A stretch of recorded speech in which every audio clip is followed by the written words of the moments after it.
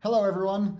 Welcome to my house. My name is Adrian Duran, and I'm one of the faculty members at OLLAS at UNO. And I'm just here to give you a little word on what I do and what I'm about and how that plugs into the greater landscape of OLLAS. I'm an art historian. I specialize in modern and contemporary art and work in the Art and Art History program at UNO, and was brought into the world of OLLAS by an art exhibition. A few years back, we threw the first of what I hope to be an infinite number of events surrounding Latinx art of the region here, with according panels and discussions and roundtables and community engagement events. It's a lovely experience that we've been really building here, and one that I hope will continue to have OLLAS at the center of things Latinx art. Now, before I dig too deep into what I do, I just want to show you a picture of a place I have recently returned to with great joy, and that is New Mexico. My father is from New Mexico. His family is from New Mexico and has been there for so long we don't actually know when they got there. My dad's family is one of those families that was crossed by the border in 1848. And so I come from this lovely world of ambiguity. My Latinx background, my Hispanic identity has been very much open-ended and empty in some ways because the historical record isn't there. And as a historian of art, I have tried my damnedest to make the art and the objects that have been left to us by history a means by which to get in touch with these identities, both of myself and of others. But I think that the history of art as a discipline offers us some really wonderful opportunities to dive deep into all of the diversity in Latin American art and Latinx art. And so I want to just show you a couple of things that I've seen over the years, come to love, come to appreciate, and that have both fed me as an individual and as a scholar. And so I'd like to begin maybe a bit easily, maybe a bit too easily, with the Virgin of Guadalupe. Now, obviously, this is easy because she is so beloved by so many in the Latin American world, but particularly resonates with me because my grandparents were married in the Church of the Virgin of Guadalupe. This is a symbol that means a lot to all of us, or to many of us, and one that I think unites us. And that to me is very interesting because when we say Latinx, or when I speak about Latinx, I do mean that very inclusively. I want that to be a place in which so many of us can come together and find our identities and build our identities and share our identities with others. And so this question of Latinidad, or of what Latinx might mean, and certainly the X in Latinx has been questioned by many people for very good reason. And I think that that offers us a very rich opportunity to ask questions about ourselves and others that will propel us forward. My favorite example of how to do this has recently come my way by way of this pot. This is a work of art, ceramics. Of course, the ceramic tradition in the Latin American world is enormous and gorgeous. And this one I find very compelling because what we're looking at here is an object that bears the mark of many cultures. Obviously, Spanish colonial culture, obviously indigenous Mexican culture, but also you'll notice the Chinese figurines on it. And this speaks to the breadth of the empire, correct? This is almost inevitably the result of the Spanish presence in the Philippines and the proximity of the Philippines to places like China. Those games of conveyance where ideas and culture is passed around beyond what we assume to be their borders is a really rich experience for all of us.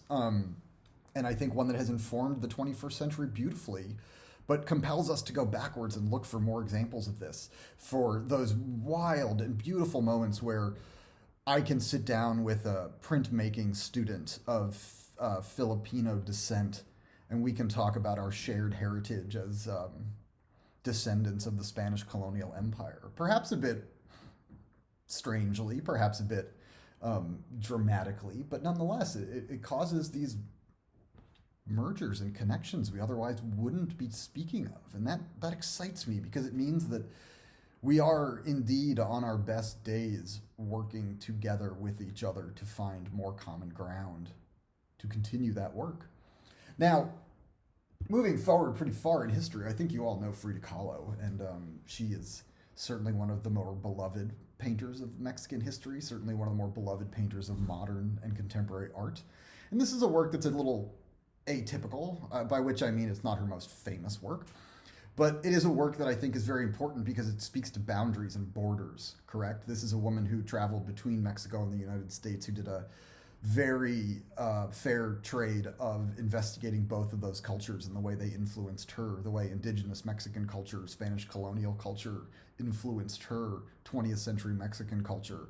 She is obviously someone who had connections to movements like surrealism in Europe. So we now get to ask these amazing questions like, is surrealism Latinx art? It might be. Parts of it might be. This is something that we're learning more and more every day.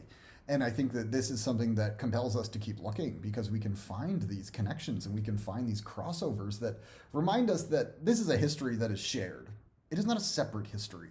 When I was in Houston last year at the Latino Art Now conference, one of the things that was said again and again and really compelled me was that Latin American art is American art.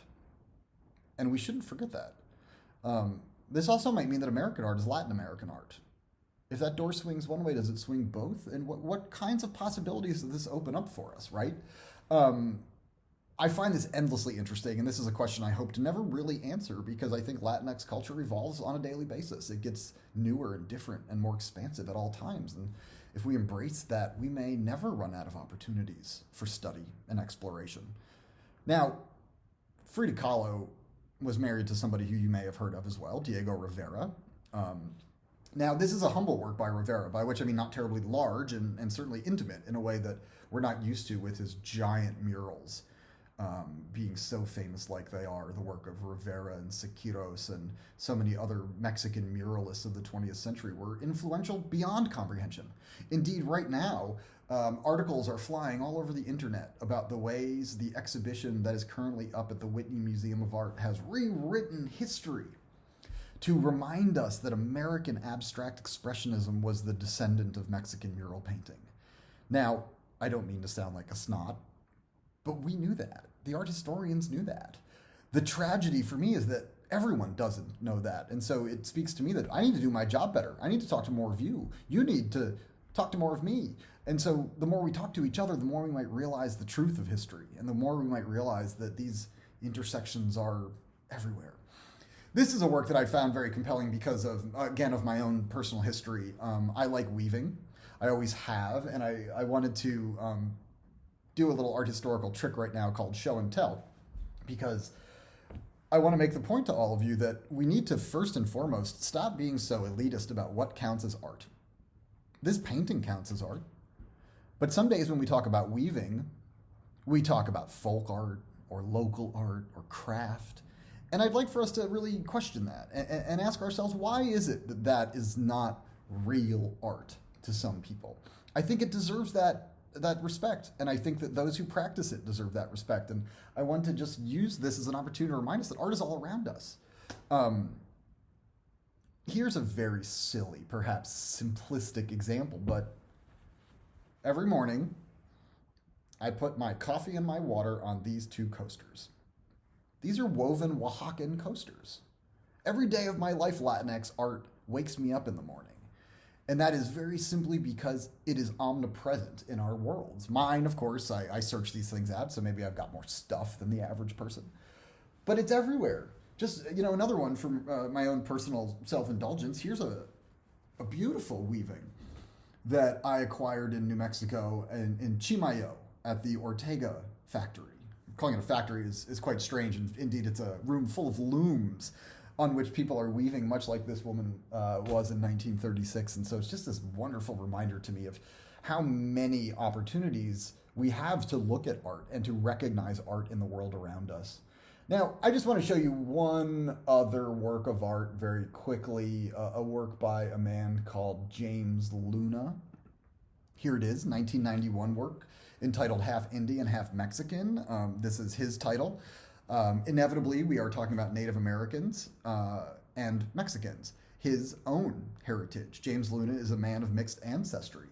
And his work of art here speaks to the ways in which those ancestries have been stereotyped in the media. And here, very dramatically, heartbreakingly, he calls upon the tradition of mugshot photos. I say tradition kind of awkwardly because I don't want to celebrate mugshot photos, but I do want to acknowledge the way that mugshots have created many of the images that we know of people of color. There is a preponderance of mugshot photography representing people of color who are otherwise not represented in images.